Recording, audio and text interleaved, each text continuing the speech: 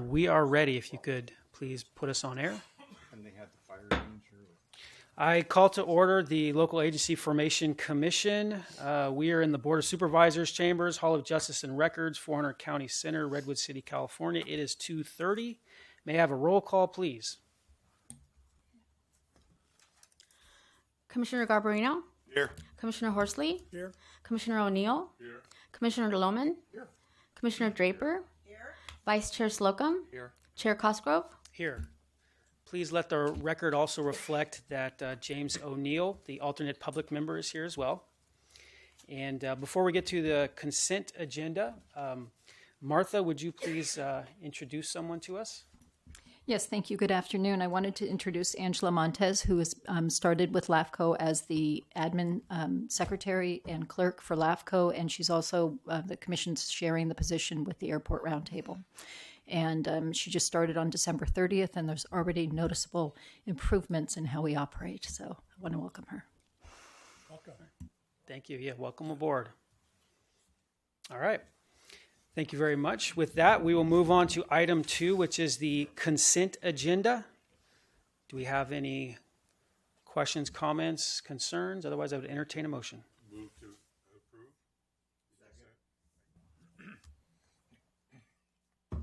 Who was the second from? Sorry. Here. Okay, thank you.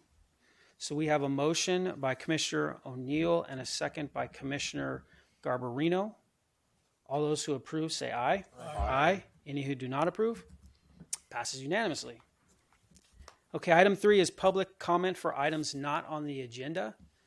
Is there any members of the public that wish to speak? Seeing none, we will move on to item 4, which is a presentation and update on 2020 census by Melissa Vergara, San Mateo County Office of Community Affairs.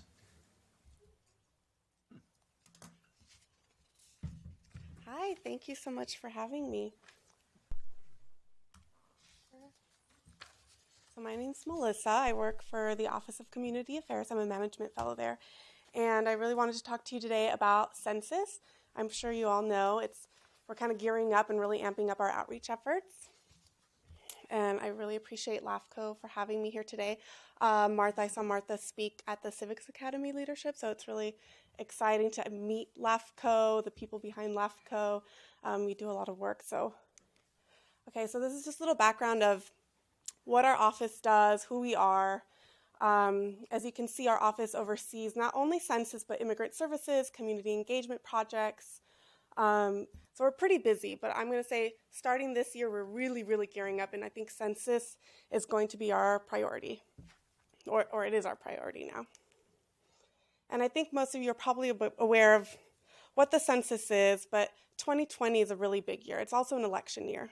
So there's a lot going on in the news, but it's really critical to make sure that people know the importance and the value of census, because the census is not only our political voice, it changes how we redistrict, reapportionment in Congress, but also just social services, and that's so important for us in the county public servants. As you can see, health is probably the majority of that pie, where we get our federal money, where it goes to, but also social services, housing, education, transportation. If we don't get an accurate count and make sure everyone in the county participates in the census, then we're really going to have a skewed kind of demographic of who's living here. And we're operating on data from 10 years ago. And I can only imagine how much the Bay Area has changed in the last 10 years.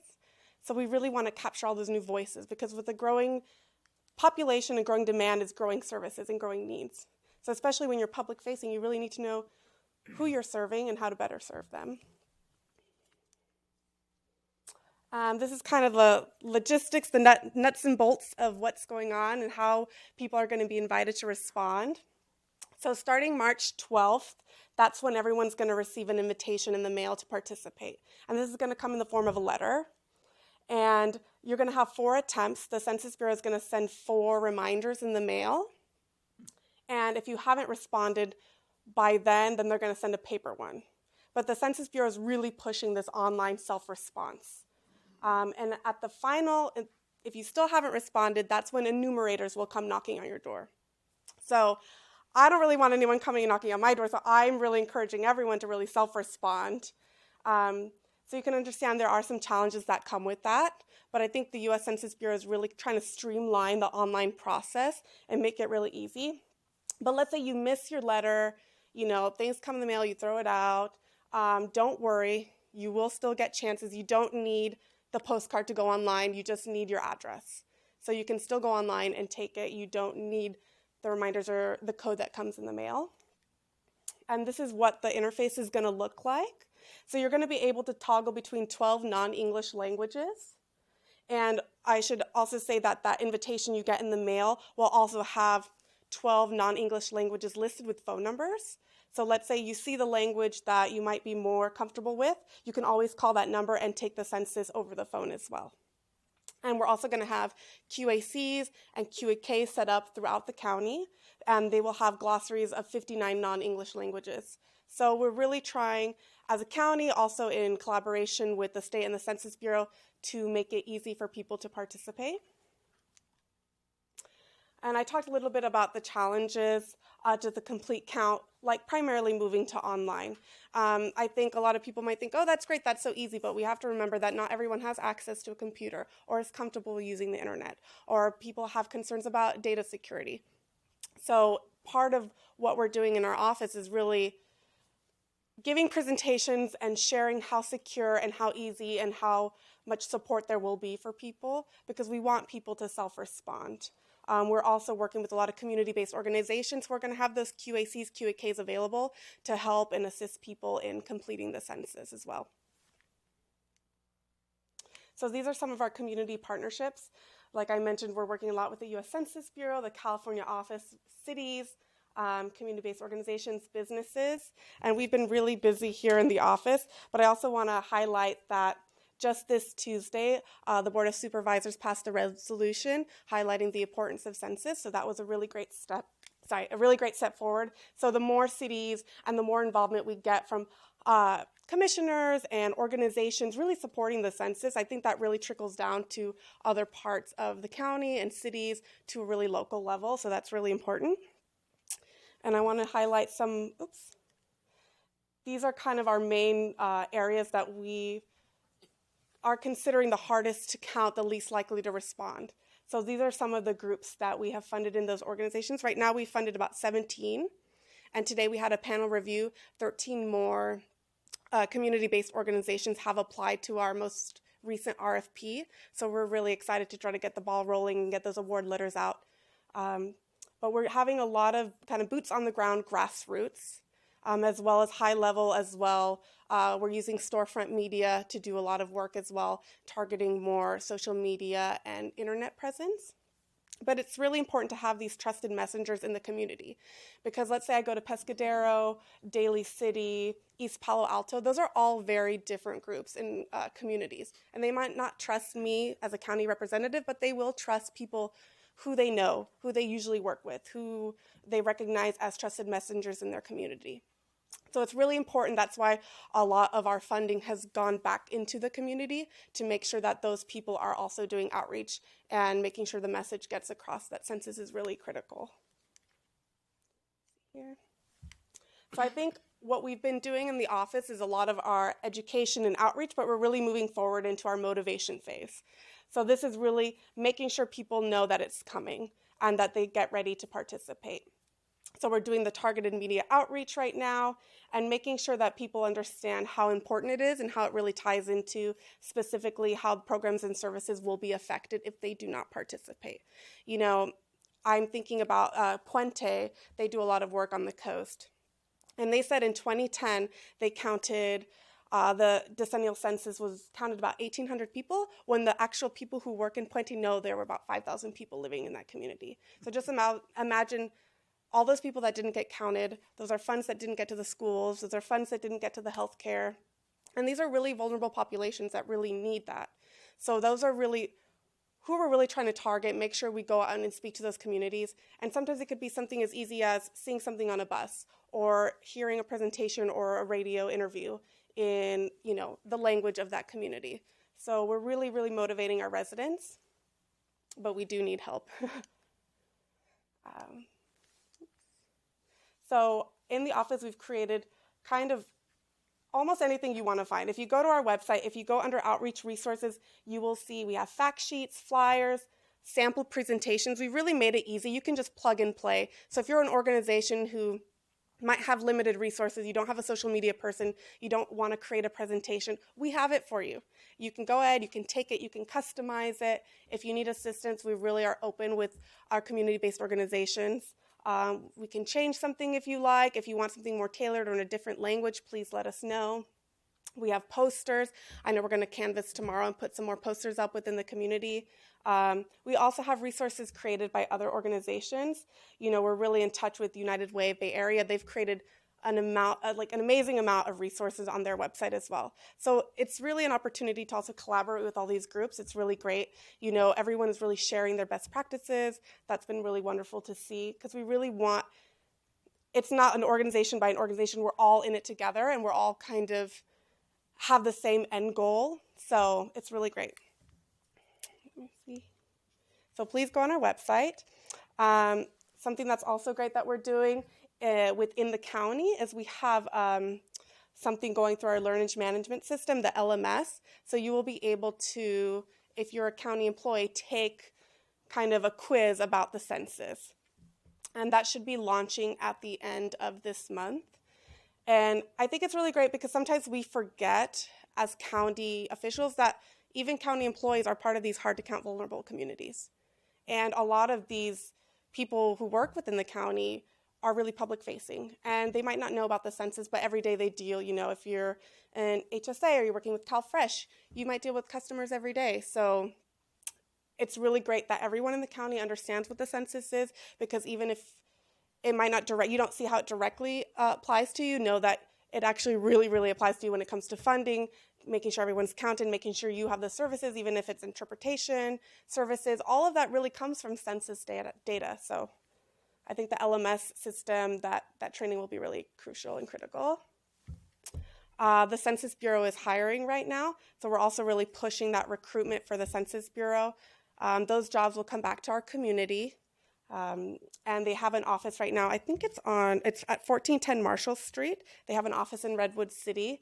So if you have questions about applying, you can go to their offices, or you can call that number, 1-855-JOB-2020, and you will be directed to someone. And if you have questions or want to apply to a Census Bureau job, I mentioned earlier there's enumerators that go knocking door to door. Those are some of those positions that are open.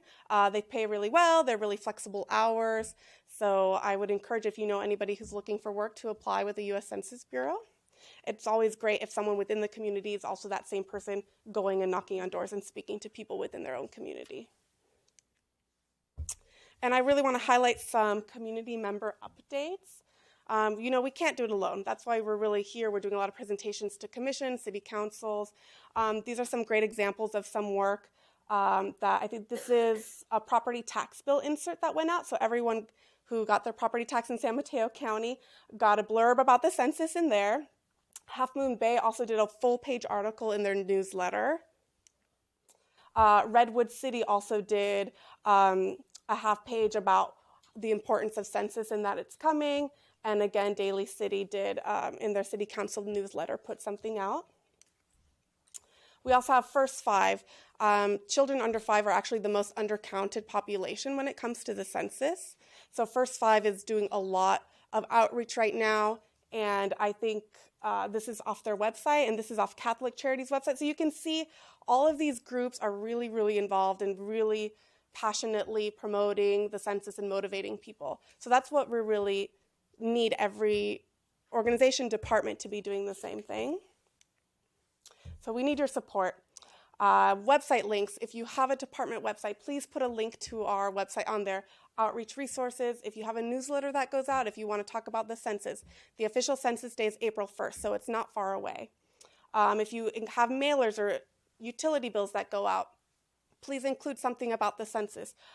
These are some water districts that I've been in touch with who are actually have already put some census information on their utility bills. Montara Water District, Mid-Peninsula Water District, and Redwood City, on their water bills, they have included a little informational piece about the census, because everybody looks at their bill, or they should be looking at their bill. So it's a great way to get people's attention. We have something going out in the elections voting guide, the property tax bill insert. Mike Callaghy, our county manager, wrote a letter to a lot of the parks and recreation programs and officials, so they put something in their Parks and Recs catalog. The city of Millbrae said they were going to put up a digital billboard with census information, and Daly City as well. So this is all really amazing. These are all things we really want to see, and it makes me, really happy to see everyone in the community and in the county, from the county manager to board of supervisors to grassroots level, everyone being involved in the census, because it's gearing up and it's coming really quickly. So I guess some questions are, how are you incorporating census into your existing outreach efforts, and how are you preparing your staff? Because a lot of times, I did a presentation yesterday and about 20 people, and none of them have heard of the census. And this was at a school, and a lot of them were teachers and staff. So making sure that staff, everybody is aware of the census is going to be really critical in the next few months. Is this my video? Oh, I think our board of supervisors has probably already seen this video, but we did a video with our county employees highlighting the census. So this is just a sample of it, because I think the original video is about 3 minutes long, so I don't want to take too much of your time, but, let me see. I don't know how to play it.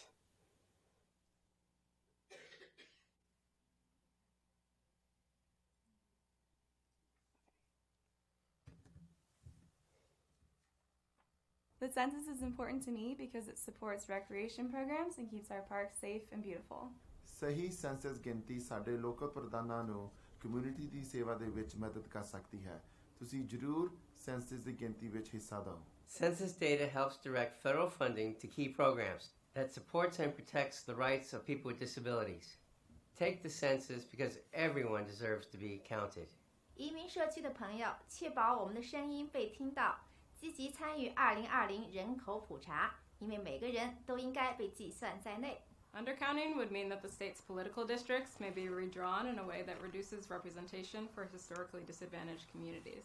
So please, participate so everyone is represented.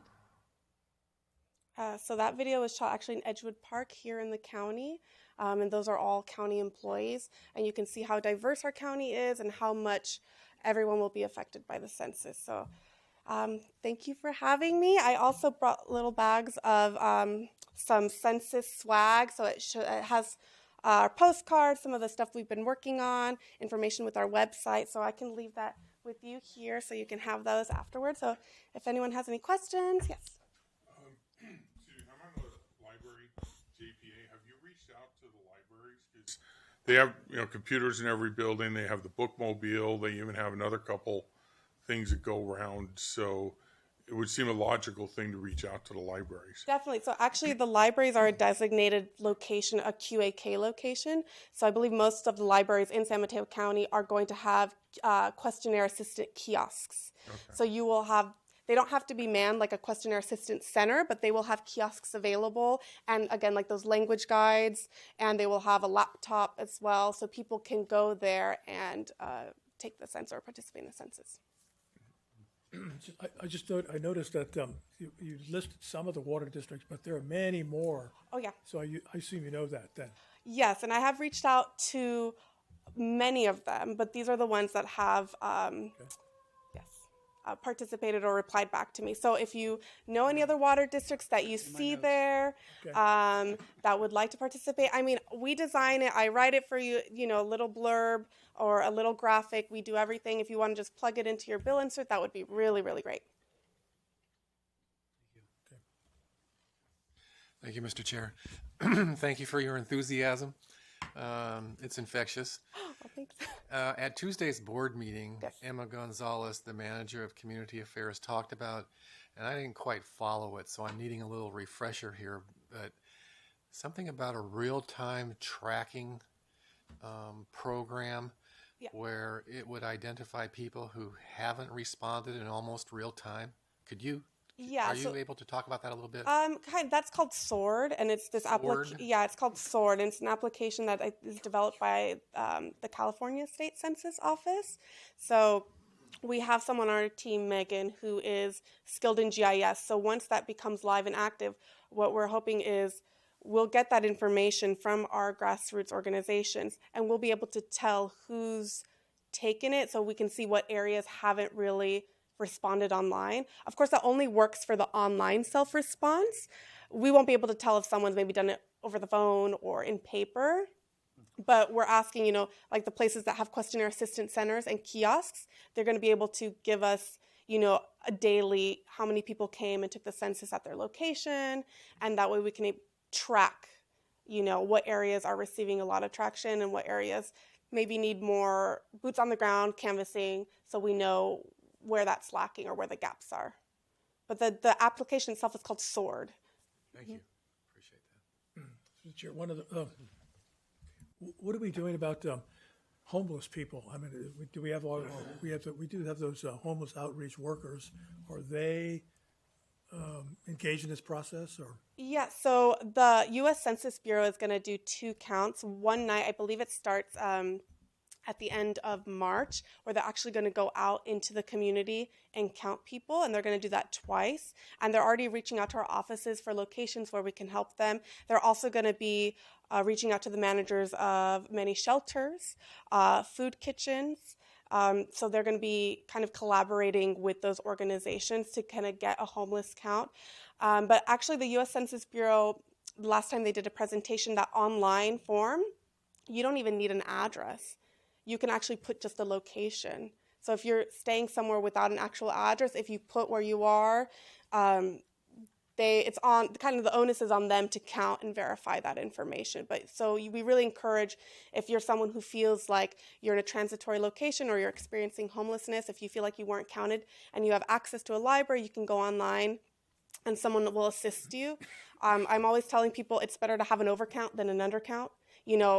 If you think if you haven't been counted, you're not sure, if you live with multiple people in one home, and you're like, well, I don't know if my roommate filled it out for me, I'm not sure, go online, take it, because on their end, the U.S. Census Bureau will be able to verify addresses, see duplication of names, and they'll be the ones to have to figure that out. But don't be scared. Overcount is much better than an undercount. So. Question. Yes. How are people who are living in RVs and mobile homes along the street, they might not consider themselves homeless because their home is this vehicle. Yes. How are they classified in the census? I think that the U.S. Census Bureau is classifying that as transitory location, so if a location can be moved, but that's part of that count they're going to do in the evening. So I think the first week they're going to do kind of places where a lot of people who are experiencing homelessness might be found, and I think they're going to be working in conjunction with HSA and also the Sheriff's Department. And then when it comes to the second location, they're also going to be going out and I guess canvassing, counting how many parks or RV parks, actually going to RV parks. Yeah, that's what we actually are doing, a lot of canvassing. A lot of our grassroots organizations, we're really relying on people of the community to let us know and outreach to people who are in their communities who they feel are least likely to respond. So if, our organizations who are out canvassing or doing work see those maybe people in RVs or people also who live in vehicles, encourage them to take the census, go to a location, a QAC or a QAK. All right. Any other questions from the commission? Seeing none, thank you. Thank you very much for the presentation. Okay, thank you for having me. I don't trust the U.S. government. And I'll leave you the bags of information here. Okay, thank you very much. Thank you. Okay, so with that, I'm going to move us on to item number 5, which is LAFCo file number 19-03, a proposed annexation of 252 Club Drive in unincorporated San Mateo County to the city of San Carlos. Staff report, please. Thank you, Chair. So this proposal is submitted by landowner petition, requests the annexation of 252 Club to the city of San Carlos. On March 20th, 2019, the Commission approved an emergency outside service agreement, LAFCo file 19-01, to allow the City of San Carlos to serve the existing house at 252 Club with sewer service as the septic system on the property had failed. A condition of this outside service agreement required that the property owner apply for annexation to the City of San Carlos, which is the proposal that is before you today. The City of San Carlos has approved the pre-zoning for the parcel, and both the city and the county have approved the required property tax exchange. The proposal conforms to LAFCo and county general plan policies that encourage annexations of areas within city spheres of influences. The property is adjacent to the city boundaries on 3 sides, as shown on the map, and is located in an existing single-family neighborhood. Club Drive itself is already located in the City of San Carlos, so there is no right-of-way that's part of this proposal. The city has indicated in a fiscal analysis of the proposal that the city would receive a minor net fiscal benefit and that no additional reoccurring service costs would be directly associated with this annexation. The property does have 2 open building permits with the county, one to complete the sewer connection as they need to finalize their abandonment of their septic system, and the second is to legalize a basement conversion that occurred in the 80s. The City of San Carlos has requested that these 2 permits be completed prior to recording of the annexation. The proposal does have 100% of landowner consent and requests waiver of conducting authority proceedings, and commission approval of the proposal is recommended subject to 2 following conditions. The first, from San Mateo LAFCo, is the required submittal of a map and legal description prepared by a licensed surveyor that meets the State Board of Equalization requirements along with the appropriate filing fees. And the second is from the City of San Carlos regarding those 2 active building permits, that they be completed in the county prior to recording the annexation. And I'd be happy to answer any questions. Thank you very much. Any questions from the commission? Seeing heads shaking no, does anyone like to make a motion? I'll make a motion to approve the LAFCo file number 19-03, the proposed annexation of 252 Club Drive to the City of San Carlos, and direct the executive officer to waive the conducting authority proceedings subject to the conditions listed under 1 and 2. Second.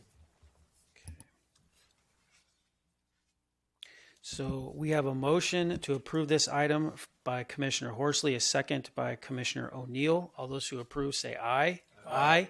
Any who do not? So passes unanimously and so ordered. Let's move on to item number 6, which is applications received and not certified as complete and ready for hearing. This is an information-only item. Staff report, please. Yes, very briefly, you have a staff report dated January 8th that explains that the Cortese-Knox Act, Section 56857, requires that if an application is submitted for annexation to a district and it's not submitted by the district, then LAFCO is required to place that application for hearing purposes only on the next possible agenda. And the purpose of that is to allow the district to stop the annexation by opposing it by resolution. And in this case, this is to West Bay Sanitary District, which has a fairly expansive sphere of influence and only has annexations when there's a need to either abandon septic or connect to sewer because the property's being developed and they need that extra space that the septic leach field takes in. So this is for information only. It was distributed to West Bay Sanitary District and they had no comments. Okay, thank you very much. Any questions from the commission on this item? All right. Thank you very much. Being information only, we shall move on to item 7, which is a legislative report. And again, just very briefly, you have the staff report dated January 8th that includes the summary of the chaptered bills and also the Cal LAFCo legislative report on bills Cal LAFCo is tracking. The report does call to the Commission's attention AB 1628, which was chaptered, and that concerns the definition of environmental justice as a factor that's set forth for LAFCO consideration in reviewing a proposal. The reasoning behind the amendments was to add consideration of the impact of locating environmentally damaging facilities in disadvantaged communities. However, as the language was revised, it could be interpreted to actually limit the commission's consideration of environmental justice only to instances that involve citing potentially environmental damaging facilities in or near a disadvantaged community. And so staff is recommending that what staff would like to do is bring to the Policy and Legislative Committee language that would be local policy that would clarify the more broader meaning of environmental justice, to just make sure that if in the future there's a proposal the Commission's considering, we don't have opposition that's based on this more narrow language. And in addition to that, there's a list of the other chaptered bills that we'll be reviewing with the Legislative Committee to make sure there's no policies that need to be updated based on those. And I'd be happy to answer any questions you have. Thank you very much. Any commissioner questions, comments, concerns? All right, seeing none, we shall move on to item 8, which is California Association of Local Agency Formation Commissions, LAFCo, and we have some correspondence. Can I stop? I'm sorry. Yes. I wasn't paying attention. I was looking at this one on AB 508-2, where it talks about the drinking water consolidation, extension of service, domestic wells. Can we use that to help us with Pescadero? One of the I don't think that it would apply with Pescadero. It would apply if, say, Coastside County Water District were so close that it would make sense to do a consolidation. I actually think that there's some misguided effort here on the part of the Water Board in these types of mandated consolidations, because the consolidation in itself doesn't necessarily fix water supply or fiscal problems. And as you know, LAFCo is not in the business of approving a consolidation that would involve one community subsidizing another. So I think that was actually written probably kind of as for a very specific instance, most likely in a Southern California county. Well, yeah, okay. All right. Thank you. Good question. Okay, our LAFCo correspondence. So we received a letter from Pamela Miller, the executive director, thanking us for allowing our executive officer to help out, which she's done many times. So I think we received quite a few of these letters in the past. Well, yes. LAFCo has 4 areas of 4 regions that have. That's how the election to the board for LAFCo is driven, is by region. And then also there's a deputy executive officer that is a staff person from one of the LAFCos from one of those regions. And they basically serve in a position of supporting the board, but also supporting our region for matters that are of interest to the region. And that's what I'm doing right now. Thank you. Great job. Continue on. You were busy as a beaver with that last conference. You were pretty heavily involved. We're real proud of you. Thank you. All right. Let's move on to item 9, which is commissioner or staff reports. So first, are there any reports by commissioners? Maybe just to say a little something about that issue about Pescadero, is that we are working with the State Water Resource Control Board for consolidation of CSA 11 with the high school, and it seems to be going pretty well. It is, for those of you who don't know, at the high school, the water was significantly contaminated, and they have been unable to properly treat the existing well that they have. So our proposal was, originally we thought about drilling our own well and supplying the high school with a good quality water. We found that there isn't any aquifer there. It's essentially surface water. When we drilled this well, we only got about 1.5 gallons a minute, and it was substantially contaminated with heavy metal. So we couldn't use it. So the only option was to take water from CSA 11 and move it to the high school. And I guess it was me, I contacted the state and asked them to essentially run the project, and they are. We will pay some portion of it because, of course, it's our children, but we're also going to put a fire station down there, so we have to do an LCP amendment, and we think that we can do it. See, the LCP down there is really, the purpose is to stop development, basically. So our thoughts about moving our approach to this LCP is that this is not growth inducing. If taking water from one location and moving it to an existing high school is not growth inducing, nor is it moving the fire station from one location to another growth inducing. So that's we believe that the Coastal Commission, we hope, would approve our LCP amendment. And we have been working, as I said, the State Water Resources Control Board, helping us work through all of the issues. Hopefully they will pay for some part of the pipeline, and we would pay for some part. And the school district probably also has to repipe the school because of the fact that their water, the contaminated water, has really damaged their entire system. If I could, when you say we, are we talking about the county? When you said we're going to do this, are you talking about the county as an agency? No, it's three parties. It's the school district, Pescadero La Honda School District, San Mateo County, and State Water Resource Control Board. So the fire station is ours, and the school belongs to the Pescadero La Honda. And then the state has a vested interest in, but one of the reasons I asked about consolidation is that's one of the things that the state has wanted water districts to do. And in this case, it's a consolidation of a single well with another well. All right. Thank you for that report. Fascinating project, actually. Been going on for years. Kids have graduated and gone to college. Their kids are in the college. I hope that I got 3 years to go, and I want that fire station, and I want that water down there. Understood. Any other commissioner reports? Seeing none. Any staff reports? Other than I would hand the floor over to our executive officer for a big thank you. Very good. Thank you very much.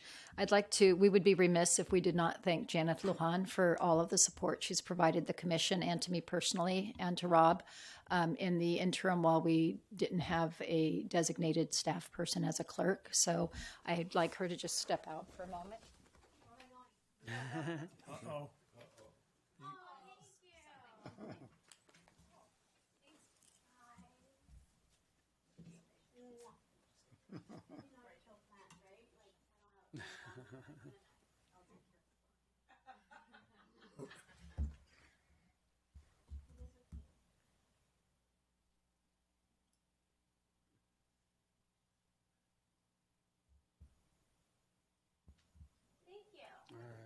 Thank you, Janet. Thank you.